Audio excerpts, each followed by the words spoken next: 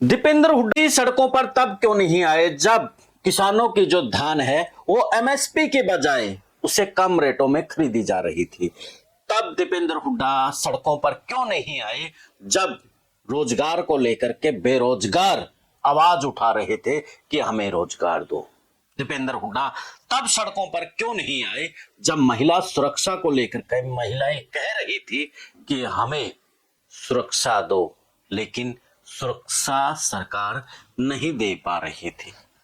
दीपेंद्र हुड्डा तब कहां थे जब दलितों के साथ अन्याय हो रहा था, उनके ऊपर तरह तरह के मुकदमे किए जा रहे थे और उसके साथ पुलिस यातनाएं दे रही थी।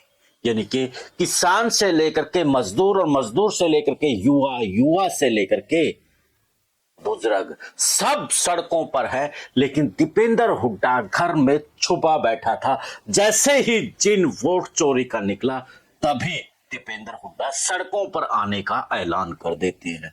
तो यूं समझा जाए कि क्या दीपेंद्र हुड्डा अपनी राजनीति को बचाने के लिए वो सड़कों पर आ रहे हैं, लेकिन जो असली काम एक जननेता का होता है वो जननेता का दीपेंद्र हुड्डा क्यों नहीं कर पा रहे हैं। और फिर भी जो युवा है उसके पीछे भाग रहा है, दौड़ रहा है कि दीपेंद्र ही हरियाणा को बचाएगा। क्या आपको लगता है दीपेंद्र हुड्डा हरियाणा के युवाओं को बचाएगा? असल में वो हरियाणा के युवाओं को नहीं बल्कि खुद की जो राजनीति 2024 में खोई है उसी को बचाने की कोशिश कर रहा है। आप क्या कहते हैं इसके ऊपर आप कमेंट्स बॉक्स में दीजिएगा। आज का विश्लेषण बड़ा महत्वपूर्ण है साथियों। किसी राजनेता के पीछे जो भीड़ खड़ी हो जाती है ना, वो एक अपना ये मान लेते हैं कि यही हमारा मसीहा है, यही हमारे जो प्रदेश को बचाएगा, हमें बचाएगा। लेकिन वास्तविकता क्या होती है ये आप भी समझते, हम भी समझते। आज इसी बात को लेकर के विश्लेषण कर रहे हैं। उससे पहले चैनल को फॉलो, शेयर और सब्सक्राइब भी कर लें।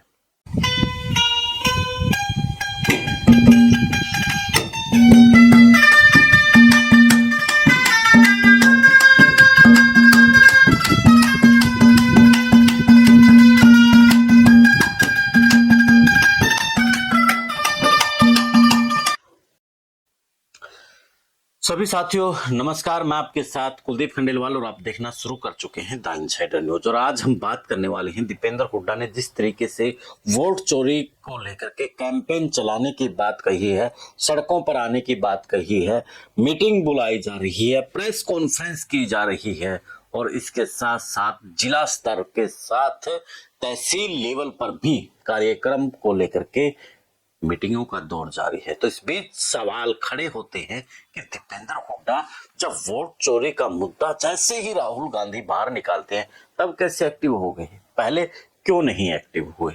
हरियाणा में लगभग एक साल, यानी कि लगभग एक साल से ज्यादा का समय सरकार को बीत चुका है। तो इस बीच किसानों से लेकर के दलितों के साथ जो हुआ, मजदूरों के से लेकर के महिलाओं के साथ जो हुआ, तब दीपेंद्र हुड्डा चुपचाप घर बैठे राजनीति कर रहे थे, यानी कि राजनीति का तमाशा देख रहे थे। लेकिन जब यह लगने लगा कि अब बाहर निकलने का समय है, और बाहर इसलिए निकलने का समय है क्योंकि जो राजनीति 2024 में कांग्रेस की गलती, खासतौर पर दीपेंद्र और भूपेंद्र की गलतियों की वजह से सत्ता से बाहर हो गई थी, अब ये कहने का मौका मिल गया है कि ये हमारी गलती नहीं बल्कि ये जो गलतियां हैं ये सिर्फ एक नैरेटिव सेट करने के लिए तैयार की गई थी। असल तो वोट चोरी हुई थी और इसी बात को लेकर के पूरा कैंपेन रन कर दिया गया है। मानते हैं वोट चोरी हुई होगी, लेकिन कांग्रेस की जो भारी गलतियां रही हैं उनको भी आप इग्नोर नहीं कर सकते हैं। जिन यानी कि आप लोकसभा से उठाइए, जो गलतियां शुरू करते हैं, ओम प्रकाश चौटाला की जो उस टाइम पे एक धार थी, एक रणनीति थी इंडिया गठबंधन को लेकर के, आपने उसको किस तरीके से साइड लाइन करके अपनी राजनीति को आगे बढ़ाने की कोशिश की थी। उसके बाद गुरनाम सिंह चढ़ूनी, उसके बाद राजकुमार सैनी और उसके बाद कुमारी सैलजा का तिरस्कार के साथ में राजनीति में कोशिश की थी कि हम हैं, लेकिन हम ही हैं, हम हैं तो कहीं ना कहीं नुकसान तो करती है। और वही नुकसान का खामियाजा बापू बेटा को भुगतना पड़ा। मैं साथियों किसी बाबू बेटा की राजनीति से खिलाफत नहीं हूं, उनके खिलाफ नहीं हूं। मैं वो तथ्य रख रहा हूं, वो बात रख रहा हूं एक पत्रकार के तौर पर, जो हमारा काम है। आप समझिए उन बातों को लेकर के जो लगभग 1 साल से चला हुआ है। पिछले दिनों अभी ताजा ताजा जो मामले हैं, मैं उन्हीं के ऊपर बात कर लेता हूं। तो दीपेंद्र हुड्डा जी, मेरे कुछ सवाल है और जनता भी आपसे इस बात को लेकर के जवाब मांग रही है कि आप अब तो सड़कों पर आने की बात कर रहे हैं, लेकिन तब आप सड़कों पर क्यों नहीं थे जब किसान अपनी एमएसपी को लेकर के रो रहे थे? तब आप सड़क पर नहीं आए जब प्रदेश के अंदर बाढ़ से स्थिति बेहद खराब थी? तब पूरा हरियाणा में आप क्यों नहीं घूमे? तब आप सड़कों पर नहीं आए जब दलितों को टारगेट किया जा रहा था, दलितों के जो एक्टिविस्ट हैं उनको जेलों में भेजा जा रहा था। तब आप सड़कों पर क्यों नहीं आए? जब महिलाओं की सुरक्षा से जुड़े सवाल हरियाणा की राजनीति के साथ में यानी कि सामने दिख रहा था कि महिलाओं के साथ अन्याय हो रहा है, अपराध बढ़ रहा है, तब आपने इस बात को लेकर के कैंपेन क्यों नहीं बनाया कि महिला सुरक्षा तार तार हो रही है? महिला सुरक्षा के साथ में आम जनजीवन के जो व्यक्ति था उसका भी प्रभावित अपराध के कारण से प्रभावित हो रहा है। हर दिन कहीं ना कहीं फिरौती मांगी जा रही है। कब किसके ऊपर किस गुंडे की गोली सीने को छिल जाए कुछ नहीं पता। लेकिन यहां पर भी दीपेंद्र हुड्डा खामोश रहे। क्यों खामोश रहे? तब आप जिस तरीके से अब आप कैंपेन बना रहे हैं ना वोट चोरी को लेकर के, तब आपने कैंपेन क्यों नहीं बनाया?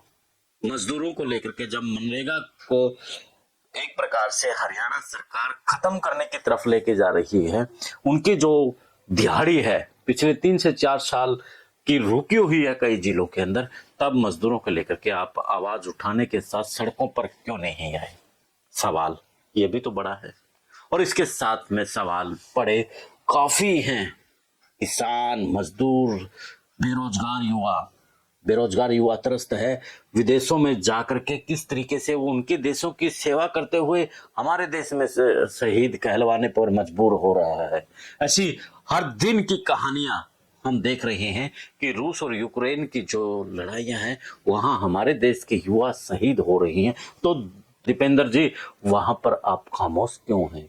वहां पर आप सड़कों पर क्यों नहीं आ रहे हैं? यानी कि यह भी सवाल बड़ा होता है कि दीपेंद्र हुड्डा यहाँ सड़कों पर क्यों नहीं आ रहे हैं? और इसके साथ में हर दिन बेरोजगारी दिन प्रतिदिन बढ़ती जा रही है, उसको लेकर के भी खामोश दीपेंद्र हुड्डा है। खैर, अब सड़कों पर इसलिए आए हैं क्योंकि वो खुद बेरोजगार होते नजर आ रहे हैं और उन्हें बेरोजगारी से बड़ा डर लगता है क्योंकि उन्हें सीएम बनने की ललक है ना। और अब तो उसके माथे से ये जो दाग लगा था कि जो हार हुई है वो दीपेंद्र की वजह से हुई है, वो भी दाग धुल रहा है और वो भी बड़े सिस्टमेटिक तरीके से, बिना मेहनत के। वो कहते हैं ना कि हल्दी लगी ना फटकरी और पटाख देसी बहू आ गई, तो दीपेंद्र के साथ भी कुछ ऐसा ही हुआ है। तो साथियों, मेरा जो मानना है इस वक्त दीपेंद्र को अपने मुद्दे के साथ में जनता के मुद्दों को लेकर के भी सड़कों पर आने की जरूरत है। तो साथियों, आप क्या कहेंगे? आप भी अपनी राय कमेंट्स बॉक्स में जरूर दीजिएगा। देश और प्रदेश की खबरों के साथ जुड़े रहें द विश्व प्रेम न्यूज नेटवर्क के साथ। मिलते हैं फिर एक नए मुद्दे के विश्लेषण के साथ। जय हिंद, जय भारत, जय हरियाणा।